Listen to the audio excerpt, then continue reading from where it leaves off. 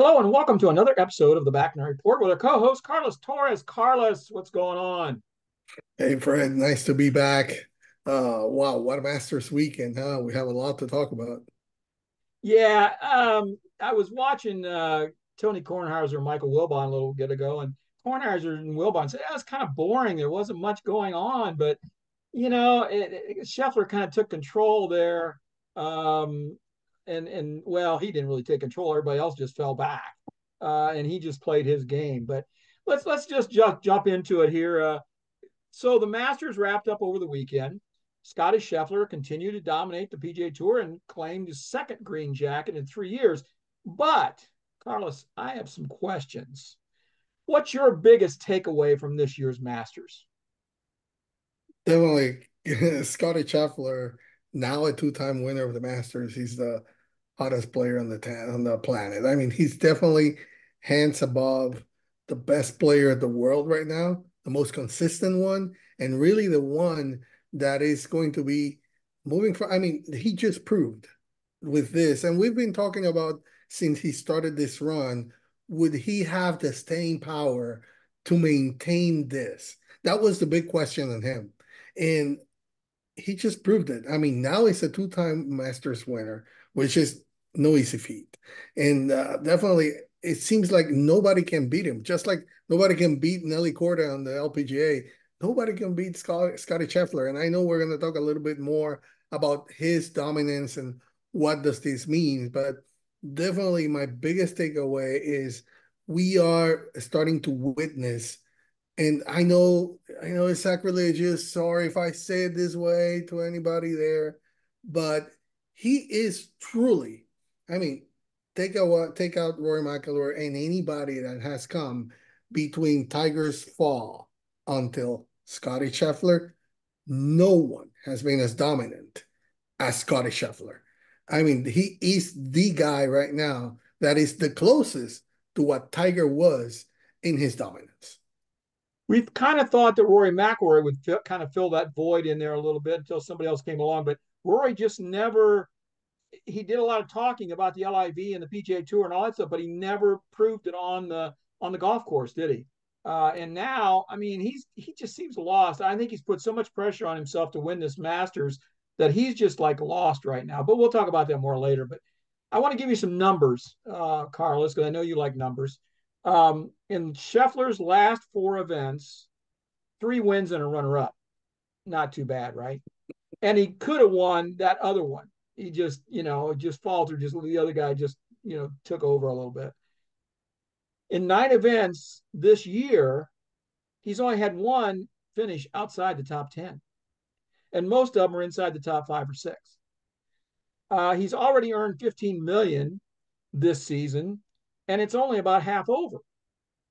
He's having, dare I say, a Tiger-like season.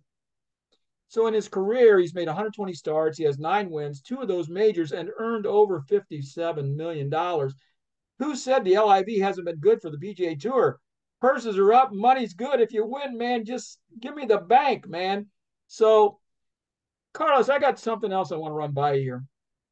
From 1960 to 1966, I know you remember those years very well. Either Arnold, Jack, or Gary won the Masters. I could easily see Rahm, Koepka, and Scheffler doing the same thing for the next few years. With Rahm, Koepka, and Rory, to a lesser extent, maybe Spieth, JT, Dustin Johnson, Cam more all kind of thrown in the mix. But Carlos, are we seeing a Nicholas Palmer player competition to become more like a big three over the next years with these guys? What do you think?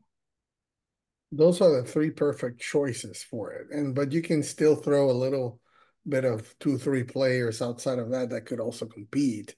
That we saw some of that here at the Masters, and there's one guy that we're going to talk about pretty soon who finished second. But definitely, I would say so. I hope for golf's sake that something can be worked out with the LIV people because we really golf has been hurting, and it's come to a point that right now it's just unsustainable. really, we need to get all the best players in the world week in and week out. Not this diversion and some guys on the LIV, some guys here. We need the best players back. They have to work out something because this is what we got right now. I mean, the Masters. We only get to see them in the majors. And Scottie Scheffler, uh, I'm not going to say, I mean, even Bryson DeChambeau brought it back. I mean, he was playing well. Yeah, he faltered and all that, but at least he was there. He was hanging around. He finished the T6, and he was great that 65 at the beginning. He just couldn't replicate the rest of the way. But even in the windy day, his worst score was a 73 there. I mean, he had a 75 on Saturday, but even in the windy, which would say it might hurt him, he had a 73. So you can throw Bryson DeChambeau in there. There's some other players that can be there. But I truly think what you're saying. I mean, those are the three guys, Brooks Koepka, John Ram, and Scottie Scheffler, that really have dominated the majors and have that major medal to be the ones to be for the foreseeable future on the majors, leading the leaderboards here. Yeah, if we had a true official world golf ranking, those would probably be the number one, two, and three guys, and they would probably move around. It would probably take turns having number one. I'm guessing. Rahm has been number one, Koepka's been number one, and Scheffler's got it now and has a pretty good hold on it. Since you brought up the LIV, this is the second year we have had LIV players at the Masters and mixed with PGA Tour players. Everyone seems to play nice, and it was wonderful to have most of the great players in attendance. Of the 13 LIV players in the field last week, none finished inside the top five, which was a little surprising because last year they had two in the top three. Well, and if you count Rahm, Rahm was still on the PGA Tour at the time, but since moved to the LIV. So the top three places in 2023 were all LIV guys, basically. So Bryson, you mentioned, and Cam Smith ended up T6. Terrell Hatton, T9. Patrick Reed, 12th. Joaquin Niemann, 22. Phil at 43. Brooks and Rahm were clear down at 45th.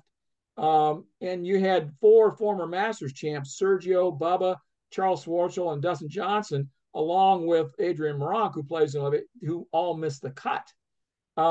So you brought it up, and we keep hearing they're going to have a plan for the LIVs guys to come back, but now with the PGA Tour having all this other money they got from the other investors, there's no real need to deal or to bargain with the LIV. The LIV guys aren't getting any official world golf ranking points. Some of their contracts are going to be up in another year. Are they going to want to jump back? All these kind of things are still up in the air. So it has put golf in a very bad place, Carlos. We've been talking about it now for a couple of years, and we really need to get this done. You're exactly right. So let's go back here. You mentioned a young guy that's kind of grabbing everyone's attention. Masters rookie Ludvig Aberg finished runner-up. What did you think of his performance? Man, Ludvig Aberg has been someone that it's been on the radar for the past year and a half, and He's like a flaming nova, man. Boom. he has been called a generational talent, right? And definitely he proved it. I mean, he has all the tools. Uh, he prior to that Ryder Cup, I remember when everybody was talking about, hey, look at Aberg. Hey, he's really good. And Luke Donald was in awe about him when he named him as a wild card. And I mean, he definitely proved that he belongs here. He's 24 years old. It was his first ever major championship. And to be on his first ever at the Masters, okay? If Scottie Scheffler would have been there, I mean, he would have been the winner. But he ran into that boss called Scottie Scheffler. And but I definitely think that Ludwig has a big future ahead of him. I mean, he just proved that he has a medal, he has the mental capacity for it, he has the game. So I think this is one of those players that we're going to be talking about in the future. I don't know if he will be.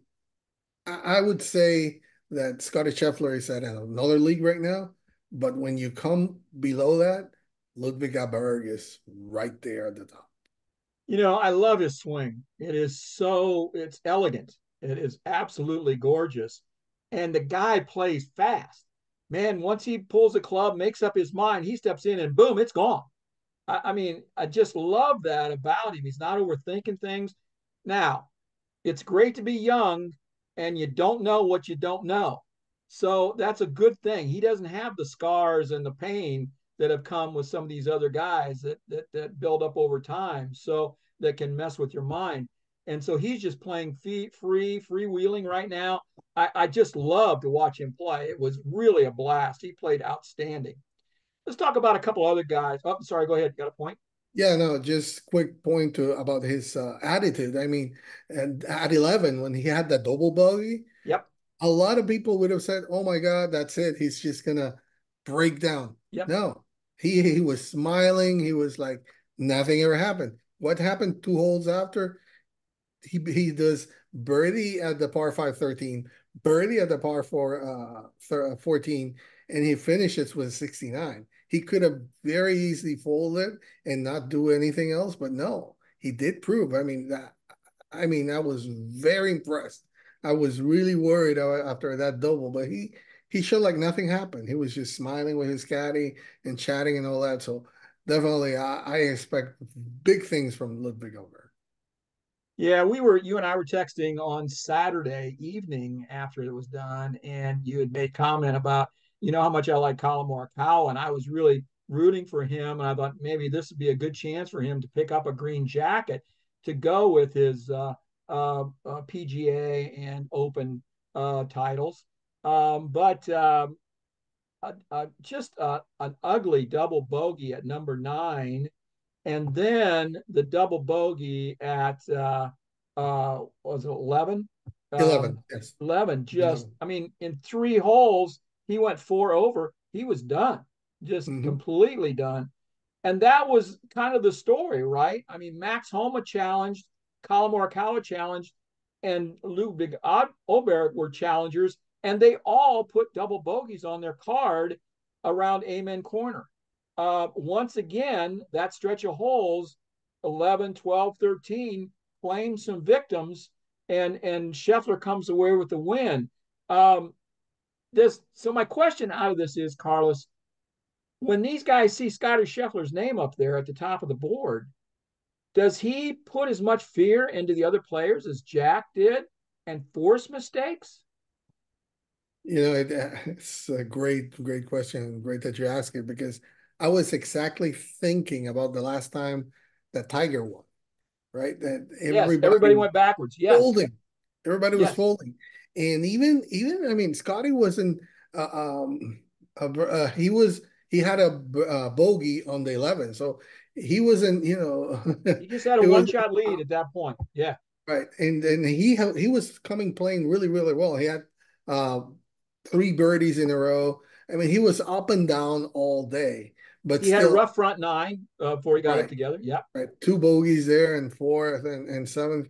So definitely another one at 11. But when things had to come down to, he finished with those 3 birdies out of the last 5 holes and put it away. But like you mentioned, it was like in the toughest and Amen corner. That's where everybody folded when Tiger won it, and it was so reminiscent of what Tiger did because when everybody needed to move, the only one that moved was Scottie. He did the plays they had to do, and everybody else. I truly think that yes, I think people are starting to notice. Oh, Scottie's up there. Oh man, He's not I going to need go to take it backwards. I got personal. to go get him.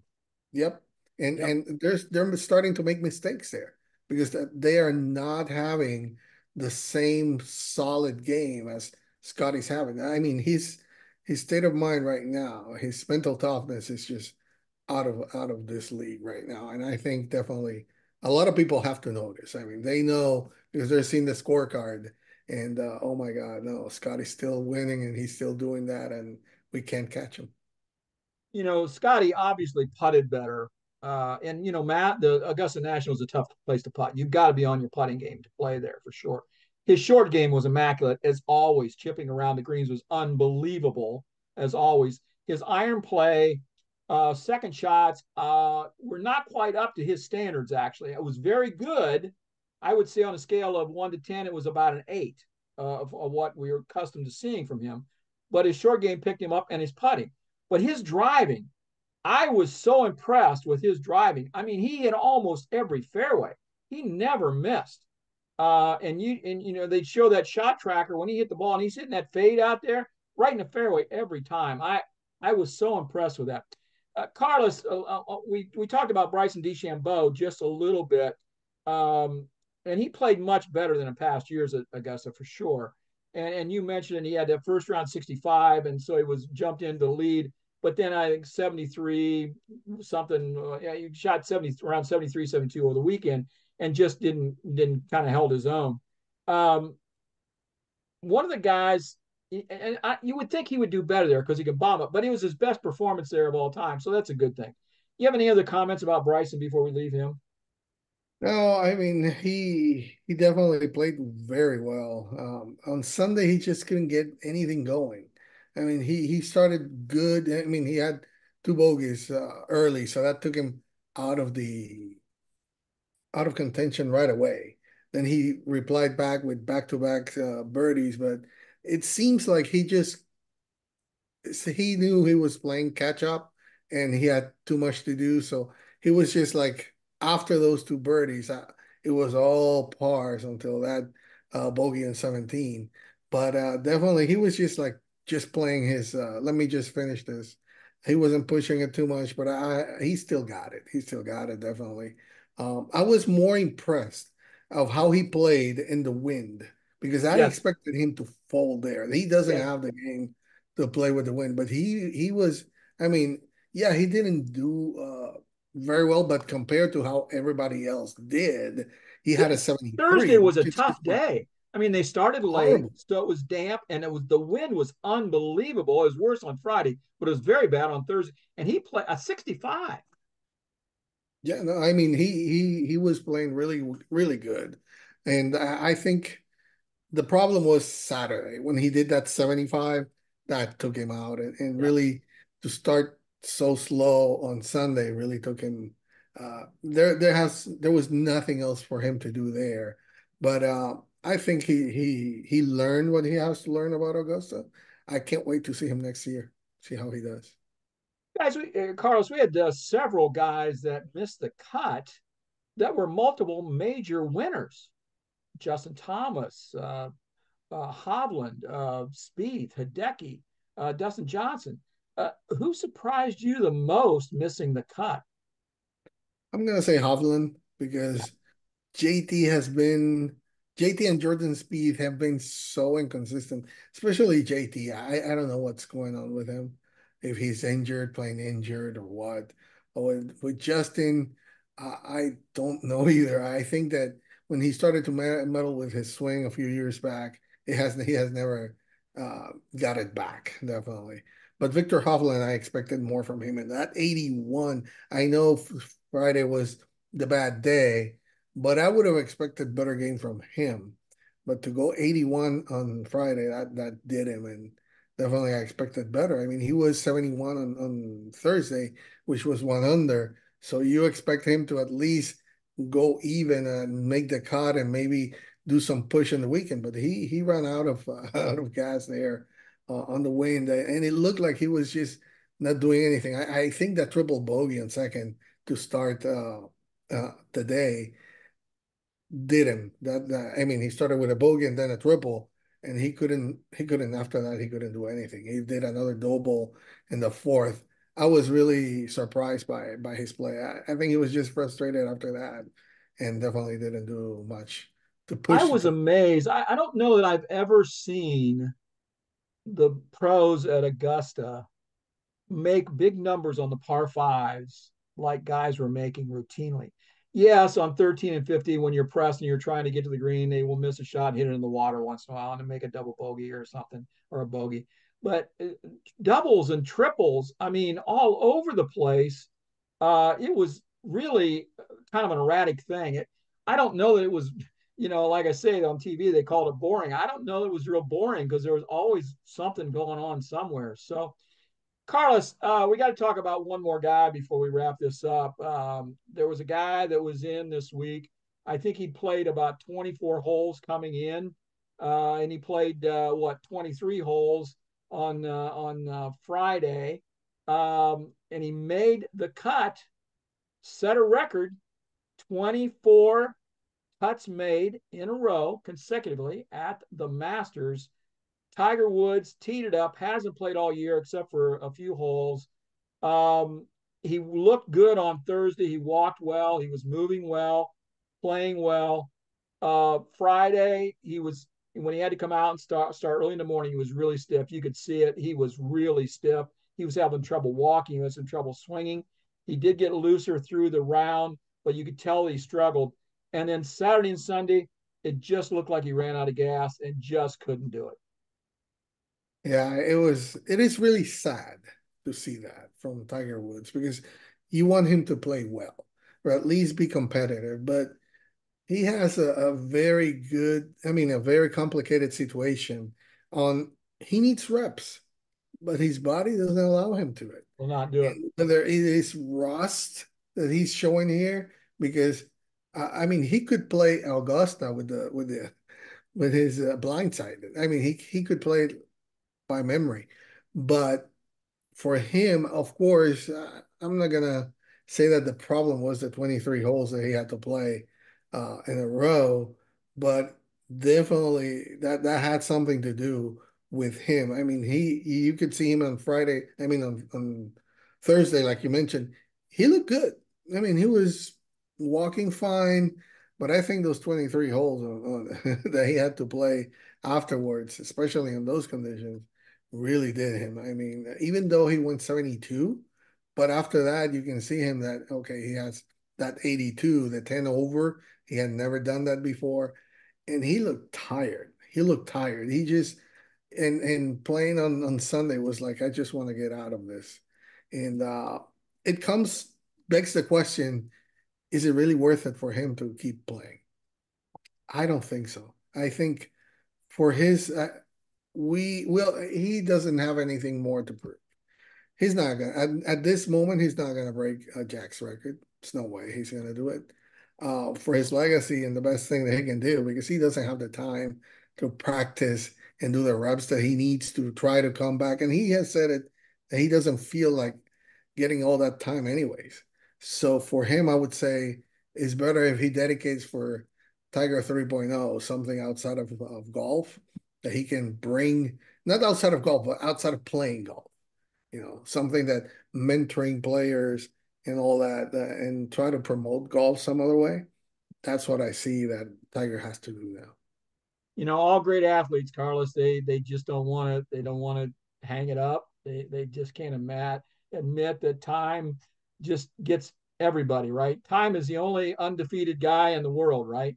Nobody's ever beaten time yet, and Tiger's now 48. Plus, he's got multiple back surgeries. A leg that's full of metal that he can barely walk on, and everything hurts when he plays. I just don't know why a guy wants to keep putting himself through that. I mean, I get it. He's achieved things that nobody else has ever achieved. No question about it. His competitive edge, you got to put up right there with Michael Jordan, with Larry Bird, great competitors of all time, right? But it hurts to watch him play. You don't want to see him play bad like this. An 82, I mean, that's just unfortunate, and it's just because his body just will not allow him to go 72 holes 4 days in a row on a hilly golf course like that. It just will not let him do it.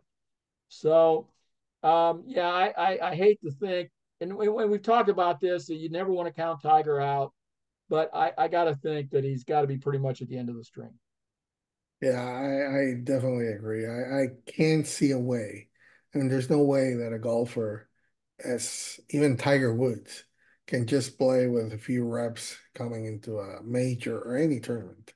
And with his condition, he's been injury plagued anyway throughout his career.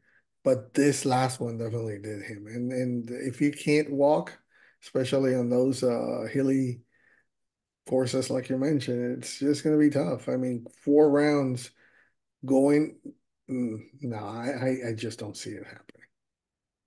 Carlos, before we wrap this up, I got one other thing I want to just bring up real quick. I got to give a shout out to my Buckeye golfer, Neil Shipley, runner up at the 2023 U.S. Amateur, member of the Ohio State golf team. And he gets the silver cup for low amateur. He's the only amateur that made the cut at the Masters. So, congratulations to him. As I keep telling you, Ohio is the center of the golf universe. We got it all going on there. We got Jack Nicklaus, we got major champions, we got amateurs that win, we got it all, Carlos. So you can read more about that in the Ohio Golf Journal. It's going to be coming out in May. We got an article about Neil Shipley. So, Carlos, that's all I got for this kind of Masters recap show. Great to have you back on with us tonight. And anything else you want to leave us with?